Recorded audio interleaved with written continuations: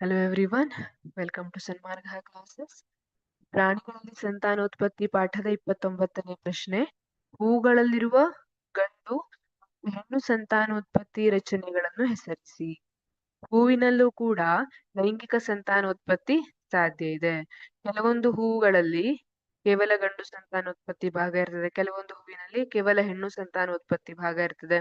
ಈಗ ನಾವು ದಾಸವಾಳ ಹೂವಿನಲ್ಲಿ ನೋಡಿದ್ರೆ ಇಲ್ಲಿ ಗಂಡು ಮತ್ತು ಹೆಣ್ಣು ಸಂತಾನೋತ್ಪತ್ತಿ ಎರಡೂ ರಚನೆ ಇದ್ದಿರ್ತದೆ. ಈಗ ಗಂಡು ಸಂತಾನೋತ್ಪತ್ತಿ ಭಾಗ, ಹೂಗಳಲ್ಲಿರುವ ಗಂಡು ಸಂತಾನೋತ್ಪತ್ತಿ ಭಾಗ ಕೇಸರ. ಇದು ಪರಾಗಕೋಶ ಮತ್ತೆ ತಂತುಗಳನ್ನ ಒಳಗೊಂಡಿರ್ತದೆ. ಕೇಸರ ಏನಿದೆ ಅದು ಪರಾಗಕೋಶ ಮತ್ತೆ ತಂತುಗಳನ್ನ ಒಳಗೊಂಡಿರ್ತದೆ.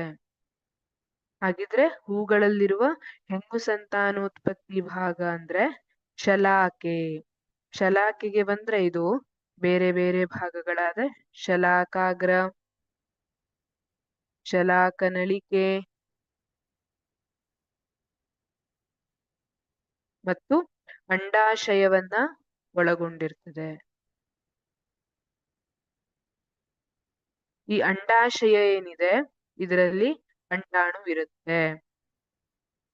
ಇಲ್ಲಿ ಶಲಾಕಾಗ್ರದ ಮೇಲೆ ಪರಾಗ ಬಂದು ಪರಾಗರೇಣು.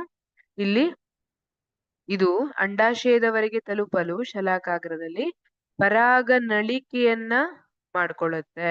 ಇಲ್ಲಿ ಶಲಾಕಾಗ್ರದ ಮೇಲೆ ಕುತ್ಕೊಂಡಿರುವಂತಹ ಪರಾಗ ಅಥವಾ ಪರಾಗರೇಣು ಇದೆ, ಅದು ಬಂದು ಅಂಡಾಶಯವನ್ನ ತಲುಪುತ್ತೆ. ಅಲ್ಲಿ ಅವೆರಡು ಸಮ್ಮಿಲನವನ್ನ ಹೊಂದುತ್ತೆ. ಗಂಡು ಲಿಂಗಾಣು ಮತ್ತೆ ಹೆಣ್ಣು ಲಿಂಗಾಣು ಸಮ್ಮಿಲನವನ್ನು ಹೊಂದಿ ನಿಷೇಚನಗೊಂಡು ಆಮೇಲೆ ಅದು ಯುಗ್ಮಜವಾಗಿ ಪರಿವರ್ತನೆ ಹೊಂದು ಆಮೇಲೆ ಬೀಜವಾಗಿ ಬದಲಾವಣೆ ಹೊಂದುತ್ತೆ. ಬೀಜ ಇರುವಂತಹದ್ದು ಹಣ್ಣಾಗುತ್ತೆ ಅಲ್ವಾ. ಆಮೇಲೆ ಈ ಉಳಿದ ಭಾಗಗಳಲ್ಲಿ ಪುಷ್ಪಪತ್ರ ಇರಬಹುದು, ಪುಷ್ಪದಳ, ಇವೆಲ್ಲ ಉದುರೋಗ್ತದೆ.